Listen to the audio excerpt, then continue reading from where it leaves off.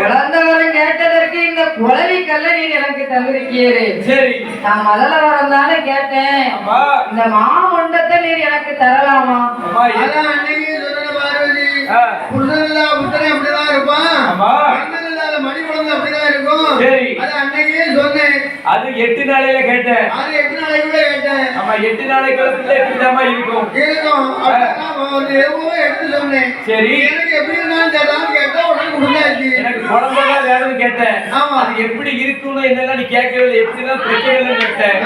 கேட்கல நீ. சரி, நானும் சொல்லுவேன் குழந்தைன்னு கேட்டேன் கொடுத்தாச்சு. ஆமா, என்ன பண்ண சொல்லு?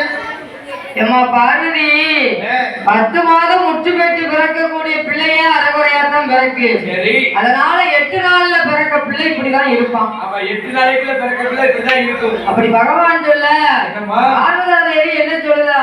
என்ன பகவானே, இந்த பிள்ளைக்கு உருபிடிச்சு தாழதா இருந்தா நீங்க தாங்க. சரி, அப்படி இல்லைன்னு